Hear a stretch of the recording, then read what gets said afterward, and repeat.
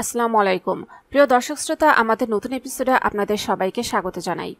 প্রিয় দর্শক শ্রোতা, ভাত রুটির পরে যে খাবারটি আমাদের কাছে বেশি পরিচিত বলুন তো সেটি কি? জি, সেটি হলো আলু। আলু প্রায় সব বাড়িতেই খাওয়া হয়। বিরিয়ানি হোক কিংবা কষা মাংস, পাতলা মাছের ঝোল হোক কিংবা নিরামিষ তরকারি, রান্নায় আলু না পড়লে মন যেন ভরতেই চায় না। ডায়াবেটিস, উচ্চ রক্তচাপের সমস্যা নিয়ে যারা ভুগছেন তারা আবার আলু এড়িয়ে চলেন। আলু খাওয়া শরীরের পক্ষে ভালো না মন্দ তা নিয়ে একটা দ্বন্দ্ব রয়েছে। তবে পুষ্টিবিদরা জানাচ্ছেন আলু মানেই শরীরের পক্ষে খারাপ, এই ধারণা ভুল। সবকিছুর মতো আলুরে কিছু ভালো এবং মন্দ দিক রয়েছে। ডায়াবেটিস থাকলে কিংবা ওবেসিটির সমস্যা থাকলে আলু কম খাওয়ার পরামর্শ দেন পুষ্টিবিদরা। তবে সেই সব অসুবিধা না থাকলে ডায়েটে আলু রাখাই যায়। অসুবিধাগুলোর মধ্যে রয়েছে যে মাত্রা অতিরিক্ত যদি আলু খান তাহলে আলুতে থাকা শর্করা আপনার গ্যাটের ব্যথা বৃদ্ধি করতে ভূমিকা রাখে। তাই যাদের গ্যাটের ব্যথা রয়েছে তারা অতিরিক্ত পরিমাণে আলু খেলে, মানে 3 বেলায় যদি আলু খান তাহলে আপনাদের গ্যাটের ব্যথা বাড়বে। তাদের বেশি পরিমাণে আলু খাওয়া ত্যাগ করতে হবে। পরিমিত পরিমাণে খেতেই পারেন।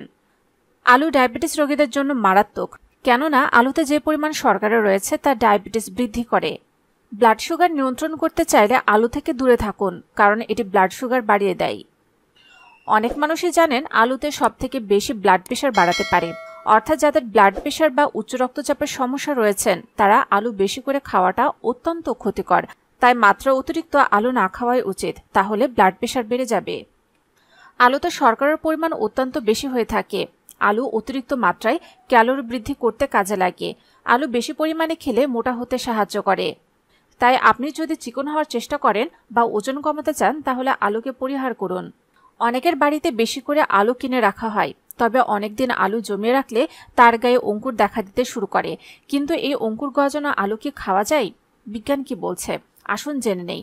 বিশেষজ্ঞদের মতে আলুতে থাকা সোলানাইন অল্প পরিমাণে শরীরে গেলে বিশেষ কোনো সমস্যা হয় না। বড়জোর পেটের গণ্ডগোল হতে পারে, কিন্তু বেশি পরিমাণে খেলে তা আন্ত্রিকের আশঙ্কা বাড়িয়ে দিতে পারে। কারোর আবার মাথা ব্যথা শুরু হয়। তবে বিপুল পরিমাণে আলু খেলে কেউ কোমায় চলে যেতে পারেন, এমনকি মৃত্যু পর্যন্ত হতে পারে। জীববিজ্ঞানীদের মতে দীর্ঘদিন ধরে শরীরে সোলাইন গেলে স্নায়ুর ক্ষতি হতে পারে। এই নিরীহ আলুই হয়ে উঠতে পারে বিপজ্জনক। বিশেষজ্ঞদের মতে আলুর গাছ চেষ্টা করে যাতে কোনো প্রকার পোকা বা জীবাণু আলুর ক্ষতি না করতে পারে, তাই গাছ নিজেই এতে সোলাইন নামক বিষ তৈরি করে। অনেকেই আলুর অঙ্কুর কেটে ফেলে বাকিটা রান্না করেন, ফলে ওই আলু পেটে গেলেও শরীরে বিষক্রিয়া হতে পারে। আলুতে যাতে অঙ্কুর না জন্মায় এজন্য তা অন্ধকার ও ঠান্ডা জায়গায় সংরক্ষণ করুন। বেশিরভাগ সময় বেশি করে আলু কেনা হয় যাতে দীর্ঘদিন ব্যবহার করা যায়, আর আলু সংরক্ষণের জন্য বাড়তি ঝুঁকিও নেই। তবে অনেকদিন পুরনো আলু ব্যবহারের আগে সতর্ক হতে হবে। আলু চুপসে গেলে, নরম হয়ে গেলে কিংবা উপরের খোসায় ভাঁজ পড়লে তা খাওয়া উচিত হবে না। আবার সূর্যের আলোর সংস্পর্শে আসলেও আলুতে সোলাইন তৈরি হতে পারে। প্রিয় দর্শক শ্রোতা, এই সকল সমস্যা না থাকলে আপনারা নির্দ্বিধায় পেট ভরে আলু খেতে পারেন, এতে কোনো সমস্যা নেই। কারণ আলুতে রয়েছে প্রচুর স্বাস্থ্য উপকারী দিক।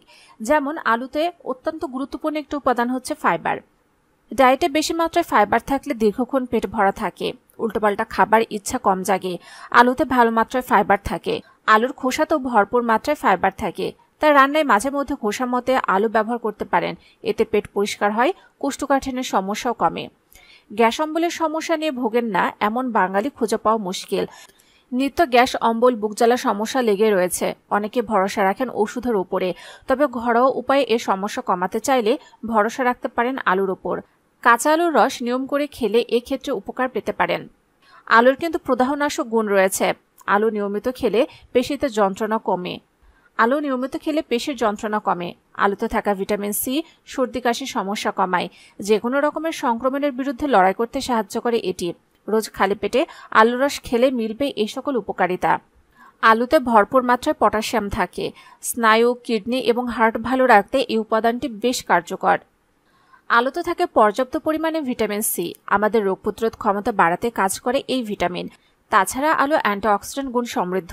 এটা আমাদের শরীরে রোগ প্রতিরোধ ক্ষমতা বাড়াতে সাহায্য করে।